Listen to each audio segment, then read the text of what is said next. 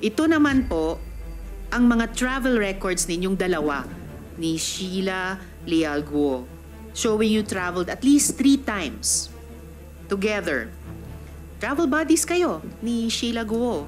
At wala namang masamang mag-travel kasama ng kapatid. I would enjoy that also. Pero why would you lie about something like this? Bakit po kailangan magsinungaling sa bagay na napakadali namang pong i-check?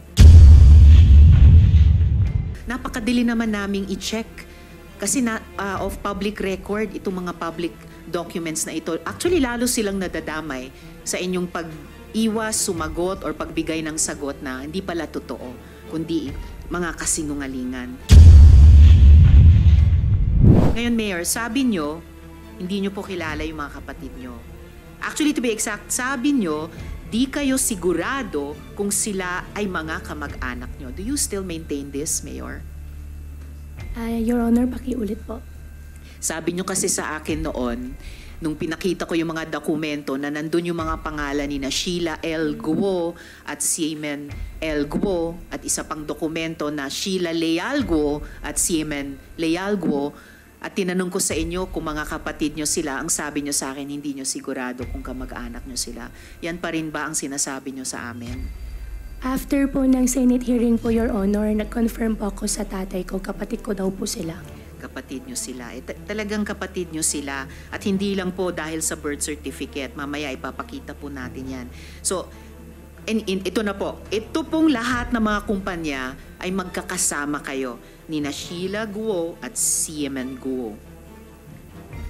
Ayan. Hindi po kaunti. Lahat. Kayong tatlo ay magkakasama. Tapos, ito naman po, ang mga travel records ninyong dalawa ni Sheila Leal Guo, showing you traveled at least 3 times together. Travel buddies kayo ni Sheila Guo. At wala namang masamang mag-travel kasama ng kapatid. I would enjoy that also. Pero why would you lie about something like this? Bakit po kailangan magsinungaling sa bagay na napakadali namang pong i-check? Your Honor, nakaraan po na Senate hearing, kaya po lahat na lang po naging sagot ko po is I don't know, hindi ko po alam. Dahil ayaw ko po madamay pa po ang ibang tao. Kaya lahat po na natanong niyo po sa akin, puro naging I don't know po ang sagot ko po. Dahil ayaw ko po madamay po sila at pribadong tao po yung mga ibang tao po na babanggit, ayaw ko po sila madamay po dito. Ayaw nyo silang madamay pero napakadali naman naming i-check. Kasi of public record, itong mga public documents na ito. Actually, lalo silang nadadamay sa inyong pag-iwas, sumagot, or pagbigay ng sagot na hindi pala totoo, kundi mga kasinungalingan. Okay, Mayor, dako na po tayo sa Baofu. So, please help me understand this. No? Sabi nyo, kayo po ang bumili ng lupa kung saan nandoon ngayon ang Zunyuan na dating Hongsheng. So, pero alin po ang nauna?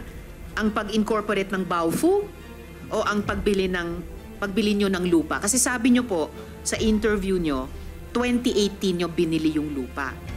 Pero bakit ang mga titulo ay lahat sa pangalan ng Baofu na nung 2019 lang incorporated? Ha?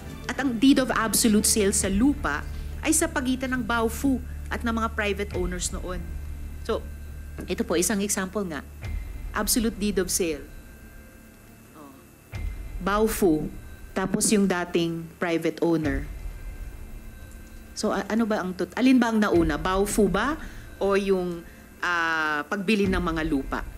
Your Honor, nauna po yung pagbili po ng lupa. Yung lupa po, nabili ko po sa mga private po na tao. Installment ko po binili sa kanila. Tapos nung pumasok po ang Baofu, pumasok po yung mga Chinese po na investors po. Yan po yung naging pinakapuhunan ko po sa kanila. Kaya diretso na po yung naging transfer po ng title. So, ngayon, sinasabi nyo na unang ma-incorporate ang Baofu, sumunod yung pagbili ni nalang lupa. Hindi po, Your Honor. Nauna po yung lupa po. Kasi nabili ko po yung lupa po na installment. Kailan nyo binili yung lupa? 2018. 2018. Opo. So, bakit Baofu ang pangalan dito Hindi pangalan nyo at yung dating private owner. Direct na po yung naging transfer po, Your Honor. Hindi po siya deed of sale, deed of, ano tawag doon? Contract to sale po. Ang naging kontrata po namin doon sa private owner po. Okay, and in fact, may kopya nga kami ng...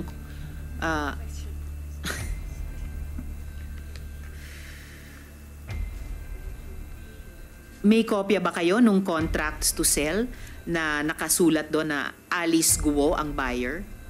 Your Honor, meron po. Pwede nyo bang i-furnish sa komite ang kopya niyan within opo. the day? Within the day, opo. Alright, salamat, Mayor. Kaya lang, okay, iintayin ng komite yung documents na yan. Pero what this still looks like to me is that yung Baofu ang unang binuo, tapos ang Baofu ang nag-acquire ng real estate. And based on this one example of an absolute deed of sale, nabili nila sa private buyers. Dahil hindi pangalan nyo yung nandito eh. Hindi kayo party sa transaksyong ito.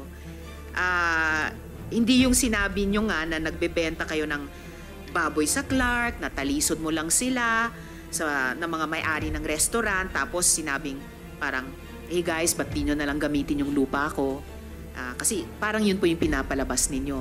This, just one copy ng absolute deed of sale ay pasisinungalingan yung sinasabi nyong bahaging iyon ng kwento dahil lumalabas dito ang nag-transact ng sale ay hindi kayo, kundi yung Baofu na at yung private owners.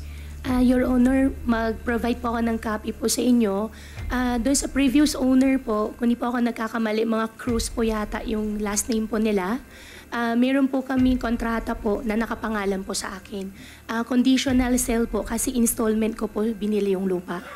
At alright, ano po yun? Opo, Your Honor. At nung nakausap ko po sila, pinadirect na po yung transfer po. Kasi yun yung naging pinaka-share ko po, yung lupa po nung tinayong compound po na Baofu.